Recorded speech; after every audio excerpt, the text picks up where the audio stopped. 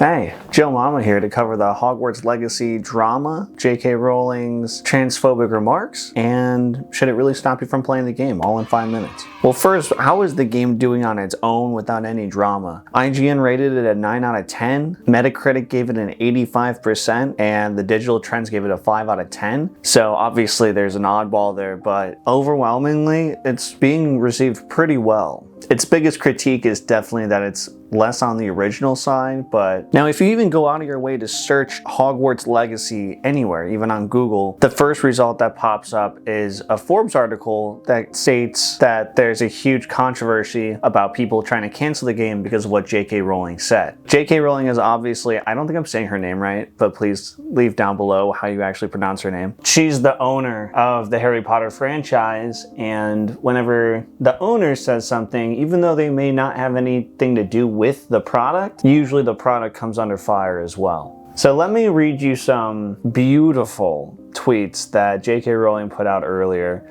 which is what is getting the majority of people very frustrated. The first one is, people who menstruate, I'm sure there used to be a word for those people. Someone help me out. Wumben? Wimpund? Wumbund?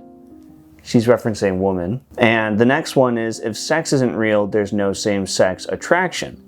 If sex isn't real, the lived reality of women globally is erased. I know and love trans people, but erasing the concept of sex removes the ability of many to meaningfully discuss their lives. It isn't hate to speak the truth. It doesn't hurt to speak the truth. That's when you immediately need to reread what they just said. Now, what are like the main takeaways from these tweets and why is it really irritating people? I think it's beautiful how the trans and LGBTQ issues have been in light so much is because people were hating on them for some reason. Like, why are you worried about other people? Let them do them.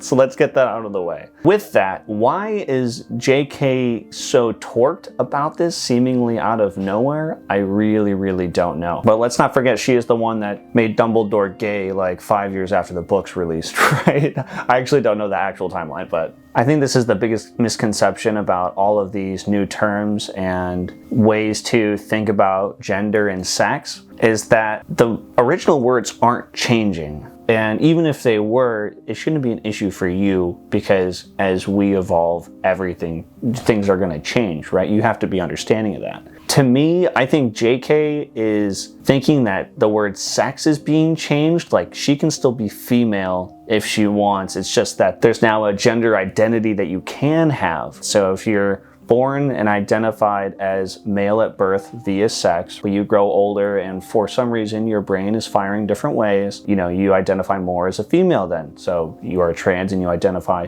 as a female. I think like the biggest clouded thing is like when it comes to competing in sports or like restroom usage. Just to play safe, probably just use the family bathroom or the like a genderless bathroom. Just use those. I mean, there's nothing wrong with that. JK is just ignoring all of these additional tags and terms. Now, whether this is purposefully hateful, I don't know, because she states multiple times in her tweets she would stand with trans people, and she has and she will. So again, I don't think she means great harm. I think she's just like incredibly confused and misguided. Like, imagine how much money this chick has. Like, she is so in her own world.